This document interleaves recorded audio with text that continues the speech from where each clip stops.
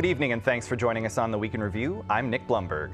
The mayor of Chicago pays a visit to the Bishop of Rome. I'm going to thank him for his courage and his strength. Chicago is incredibly proud and we love him.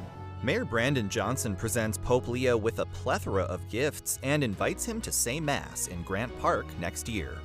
Affordability is not just a talking point for us. It is whether a family can pay rent. Instead of making Illinois more competitive, these ideas move us in the opposite direction. Down to the wire in Springfield as lawmakers battle over the budget and a Bears stadium bill faces an uncertain future. Meantime, legislators do agree on sweeping AI regulation and curbing insurance rate hikes. And the U.S. Attorney's Office faces blowback over the bungled Broadview 6 case. And now to our Week in Review panel. Joining us are Hannah Meisel of Capital News, Illinois, Violet Miller of the Chicago Sun-Times, Melody Mercado of Block Club Chicago, and Rufus Williams of WVON. Thank you all for being here. Let's get right to it. Plenty to cover, as always. Hannah, we got just a couple days left before state lawmakers are set to adjourn their spring session. As a longtime Springfield watcher, any bets on when they'll actually pass a budget? You know, I have learned not to make any bets on what happens in Springfield. Fair enough. Having spent a decade plus covering those late nights, and they just keep seeming to get later and later. You know, it's not like the most exciting legislative year. It's not like the worst budget year we've ever seen, certainly. You know, I lived through the budget impasse. Indeed. And last year was definitely a tough budget year. This is a little bit, you know, it is the biggest thing on people's plates, despite all of the excitement over the Bears legislation, which we'll get to. But, you know, it's going to be a, you know, probably $56 billion budget.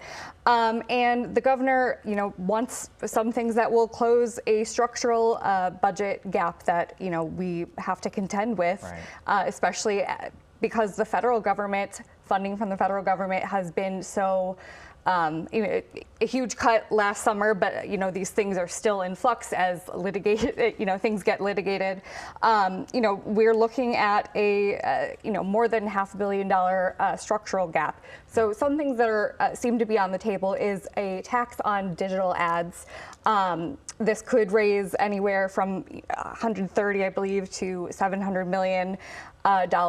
This is something that actually did make it into almost the final cut of the budget last year. But, you know, but then there are, you know, the governor this week floated, you know, a possible pause on the gas tax. This would not be the first time that we've paused the gas tax. Back in 2022 when we had, you know, pretty rampant inflation. Yeah. Then it was also paused in a big budget deal that took a while to get to. But, you know, these things, they're all in flux, and there's going to be some deals that are made over the next 2 days, and we'll see what happens probably early Monday morning. Yeah, be very interesting to see how they get past some of the sticking points they're facing, but they always seem to. When you start to talk about the gas tax, that's when it starts to get to really to get to people's personal pockets. Right. Yeah. But what they're talking about really isn't that much. It's not not in the increase of 2 cents. Right. So, really you know, it up it's 50 cents. Back in 2019, we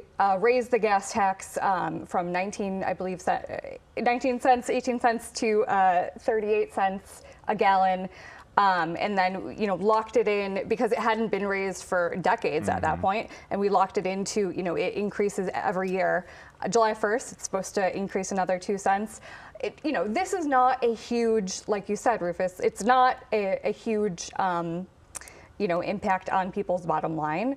But it is, you know, it allows Democrats to say, like, hey, we're doing something in the theme of, you know, National Democrats' affordability platform. Yeah, but important to understand because it is a set amount of pennies that we're talking about. It's not a percentage, right? So if it was a percentage, then it would make a lot more difference as the prices go up. But it's just it's pennies. Right.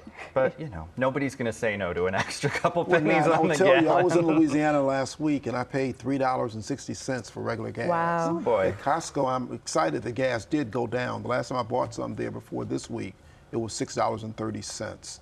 This week, it was only $6. Yeah. You should have filled up a few cans and drove them back with you if you could have. All right, well, Rufus, sticking with you a second, 5-year saga over where the Bears' new stadium will end up.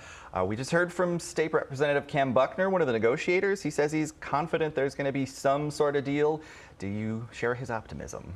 You don't know what you've lost until you've lost it. And I've been in places where they've lost major league teams, and it's a bad thing. It's pretty clear they're not going to be in Chicago, but for them to leave Illinois is going to have a tremendous impact. I think what they will end up doing, it sounds like, is breaking the mega bill down so that the Bears Stadium is just considered separately than all the other projects that are there. But they've only got a couple of days to come to something, or else it becomes much more difficult to get anything done. And it'll be interesting to see if that ends up peeling off support from some of the Chicago lawmakers who said, well, if there's this bigger deal here that can benefit other projects, great. If it's just for the Bears in Arlington Heights, why am I casting a yay vote for this? Right. I think the main goal here is to keep the Bears in Illinois, and even if Chicago can't keep it, Arlington Heights, I feel like, is a win over Indiana. Although I will say, again, the big argument is, at least with the tax incentives that people have been arguing, at least with this package that they've been trying to put together, the Bears could be paying some instead of none at all, and all of it going to Indiana. Well, and it's interesting, Violet, we got a report from the office of County Treasurer Maria Pappas, did an analysis of the mega project bill, said it would be probably pretty good for the Bears, but kind of uncertain how it would shake out for regular taxpayers. Yeah, the treasurer's saying that, we still need more information to get kind of a full picture, but yeah, that's the gist of it. The Bears would come out on top here. And lots of folks are, concerned about property taxes. They've gone up 182% over the last 30 years. They've outpaced wage growth, inflation. This has just been a kind of constant rise as the county's tax levy has increased, also outpacing inflation, a couple $2 billion over where it should be at if it was keeping on track with that. So any break the Bears get is going to be felt by homeowners in the state. Be very interesting to see if they can get something done by adjournment. Some other big pieces of legislation, Melody, there was one aimed at curbing excessive home and auto insurance rate hikes. Some critics are saying this might drive insurance companies out of the market, but given that there are laws aimed at the same thing in plenty of other states, does that necessarily seem realistic? Right, I don't think so. And in learning more about this bill, it was interesting to know that Illinois is one of the only states that doesn't have legislation like this. And so it just feels like it's time for the state to catch up with the rest of the country on this specifically. Illinois does not like to lag behind. Yeah, and we're going to need insurance. So they're not going out of the market. I mean, State Farm is still based here downstate, right? They're not, and Allstate is close. They're not going anywhere. It's just going to be a bit more pain for them and hopefully less pain for us because we are paying quite a bit in premiums. Yes, indeed. Yeah, I mean, auto insurance a few years ago, the industry said, we had held rates down kind of artificially, and that's why a lot of people, I included, saw my rates go like way up, even though I don't think I had an accident. Tickets will not need to talk about. We don't need to talk about that on the show. But and so it's been a few years, and the industry, says that it's kind of gotten to a more of an equilibrium. The industry is always going to say that, we can't, it's untenable to have, state regulations holding down what we can charge. But again, other states do this. The insurance industry in Illinois is fairly healthy. Yeah. Violet, also some interesting legislation that you were watching about removing certain medications from the state's prescription tracking system. Tell us about that. Yeah, so this tracking system was initially, put into place to try and help curb the opioid epidemic in the state, looking at painkiller prescriptions, things like that, regulating drugs that are, scheduled differently by the federal government. One of those included, though, is testosterone, a hormone that is used for hormone replacement therapy for trans folks. That's a Schedule III federally, and so removing it from this tracking service, along with abortion pills and other things that the federal government has been cracking down on. This is a kind of 2-year legislative goal that the General Assembly has been talking about. Different members. I spoke to Representative Kelly Cassidy back in November 2024 when Trump was elected elected for a second time. And something along these lines was one of the goals she outlined back then, and so it's kind of finally coming to fruition. And that's along with another bill that could potentially hold insurance companies that are licensed in the state of Illinois to provide, it was initially 12 months of a prescription hormone therapy. It has now been amended to 6 months in the Senate. That's kind of going back and forth. So we'll see where that lands the next 2 days as well. Yeah, certainly a lot of attention on that issue, given the number of folks from out of state coming to Illinois for reproductive care, gender affirming care, things like that. All right, well, Hannah, you have been following the twists and turns of the Broadview 6 case. We heard accusations this week about the conduct of the U.S. attorney himself. Fill us in there. Right. This follows, of course, the kind of stunning revelation that we saw in court last Thursday, where the lead prosecutor on the case, it was revealed that she had improperly interacted with the grand jury that indicted the Broadview 6.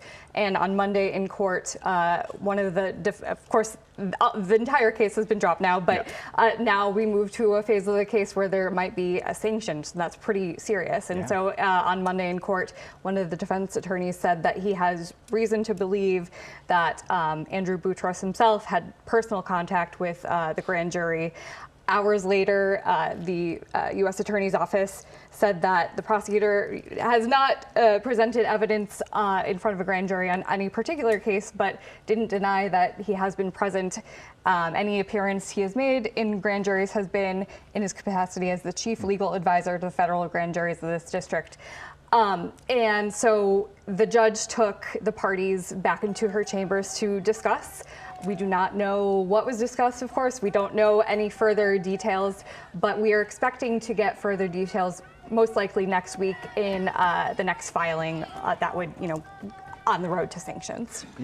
One of the things that this country used to really rely on is that we had a really good justice system. Right. And these kind of things throw it all out of kilter. This and a number of the other suits that have been brought by the administration just makes it all different than what we really hoped and expected from this justice system. And then now we've got people, including the Broadview 6, who are saying they should be beneficiaries of this $1.8 billion slush fund.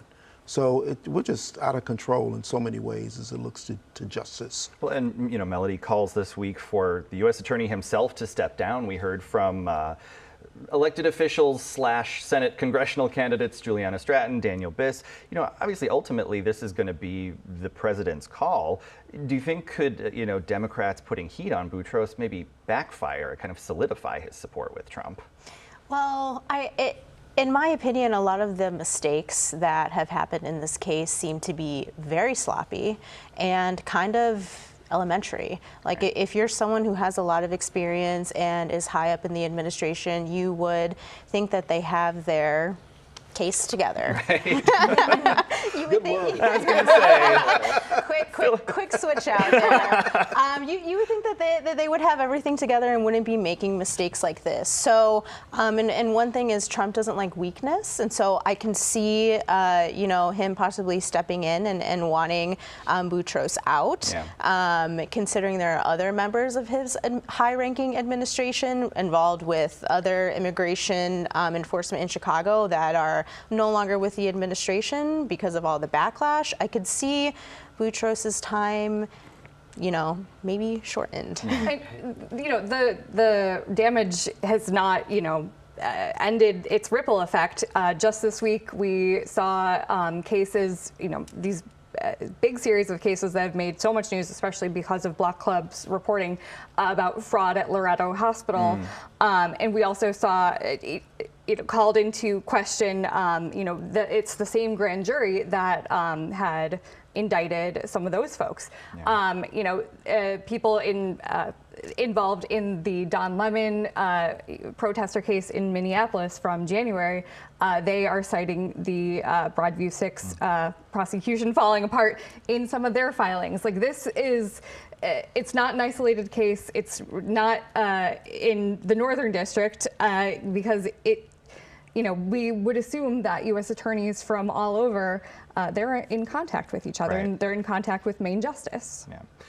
yeah, the fallout from this is likely not quite done. But another big story this week, Violet, involving the local U.S. Attorney's Office. We learned they're handling a case related to one of President Trump's sexual assault accusers. What are the details there? Yeah, so it centers around E. Jean Carroll, though the investigation or the referral for the investigation isn't specifically for E. Jean Carroll. It's for Reid Hoffman, the co-founder of LinkedIn. He's tied to a Chicago nonprofit, hence the venue that they've kind of chosen for this referral.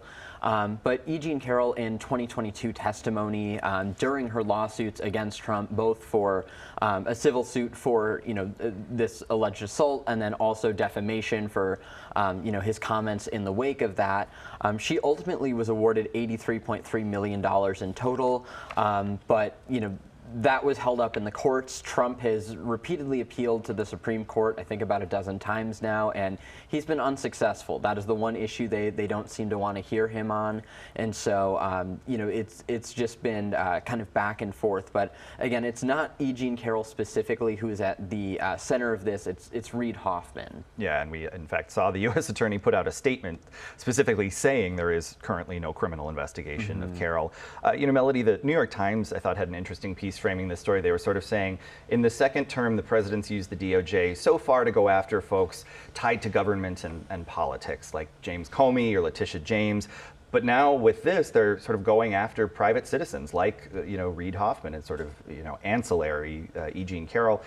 Does that feel like maybe a new progression of the way the DOJ is being used, or is this kind of an unexpected new avenue? I don't think it's unexpected just because of the person sitting at the highest seat of office and the behavior and actions that Trump has taken towards people that have vocally opposed him in any way. So I'm personally not surprised. I don't think a lot of other people are surprised. I think what constituents are hoping is that there can be a stop put to, using the federal government for your personal gain, which a lot of people seem to see this whole situation as it continues to evolve. Yeah, absolutely. All right, well, switching gears to a very different topic altogether. Mayor Brandon Johnson and a delegation of more than 40 Chicagoans, they're in the Vatican to meet with Pope Leo XIV. They came bearing gifts. How about you all? What would you have brought the Holy Father? Any hot ideas? I guess I would have to find a way to bring a hot dog, but so it's still hot, and the cheese fries don't congeal. I'm not sure if science has caught up to that, though. Yeah, we need someone from the Wiener Circle in the delegation with them.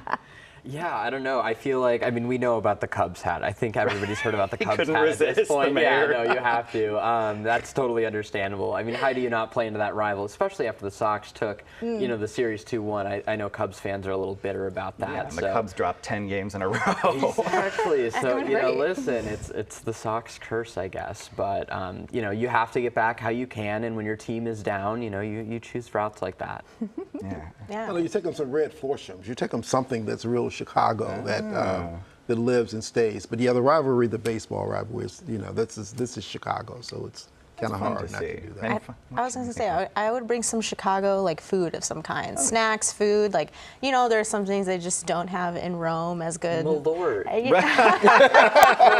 Yeah. I don't think they have Chicago mixed popcorn in Rome. Exactly. So let's get them some of that. Special snack. Huge one, huge.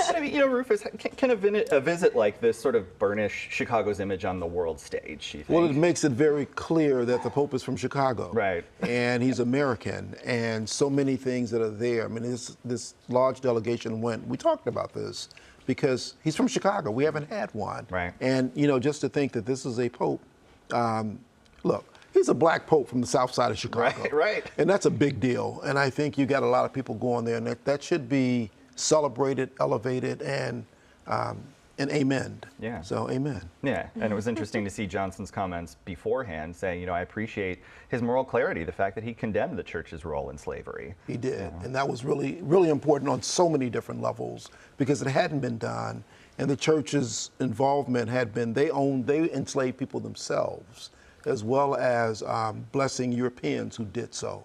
So it's a big deal that he made that statement on behalf of the Catholic Church. much. Do you think we'll be seeing him on your neck of the woods on your beat in Grant Park sometime soon, saying a mass? I mean, I think it's possible. He didn't say no, so I guess we'll find out. Miracles can happen.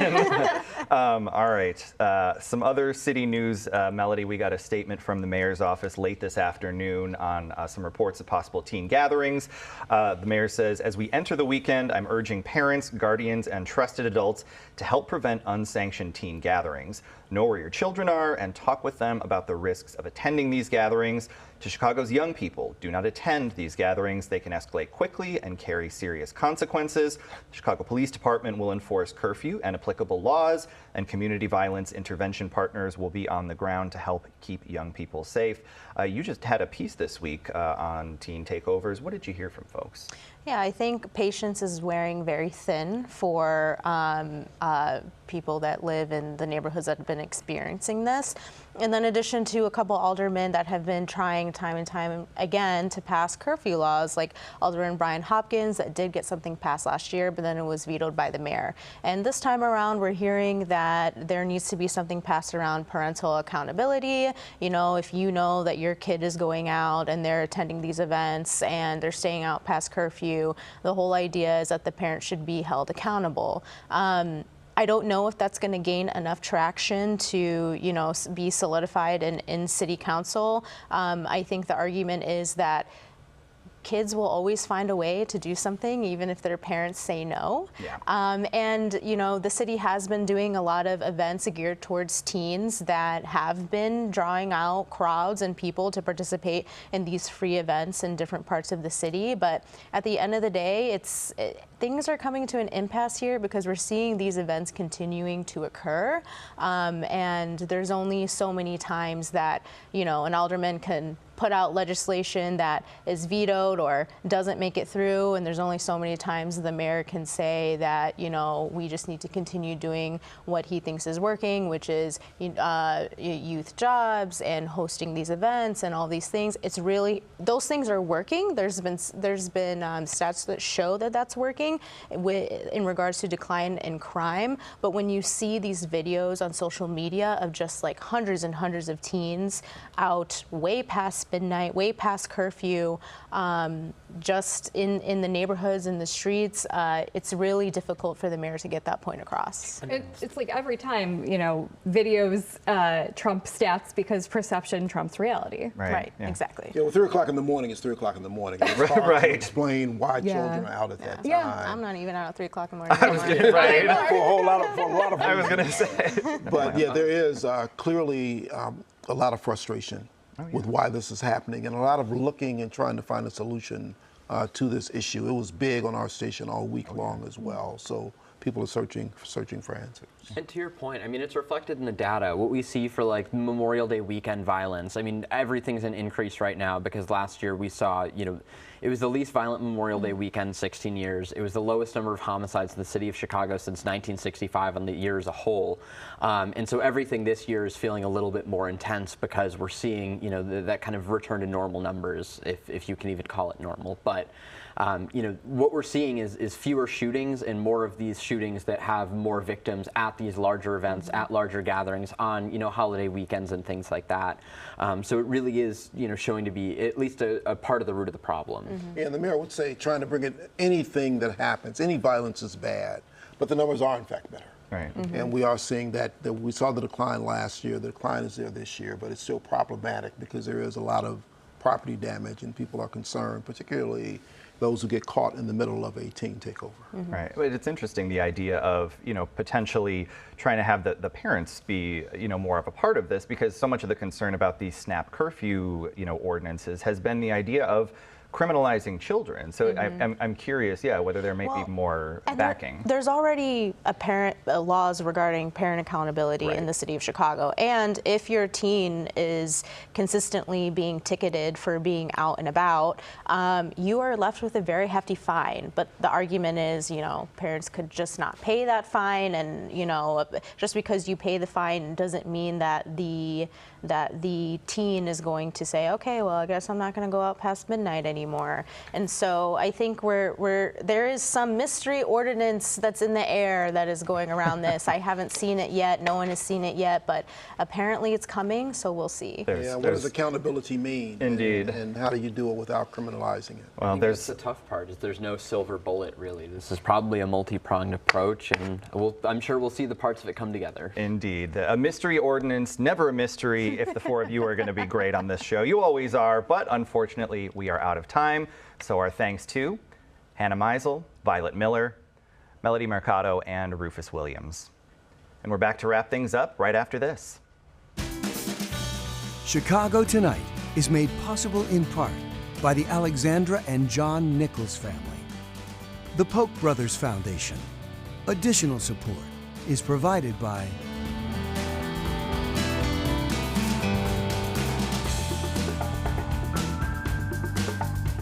And that's our show for this Friday night. Be sure to sign up for our free email newsletter, The Daily Chicagoan. That's at WTTW.com/newsletter.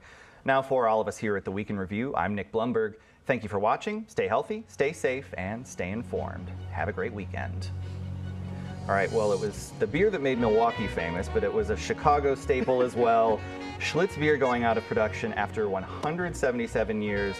Any of you planning to lift a final glass in its honor? Schlitz beer, Pabst beer, Ham's Blue Ribbon. You know, what are we supposed to do? I know. What are we supposed to do? It'd be my first. I've never had Schlitz, Okay. So maybe I gotta go try it. I mean, while you can still find it. Yeah.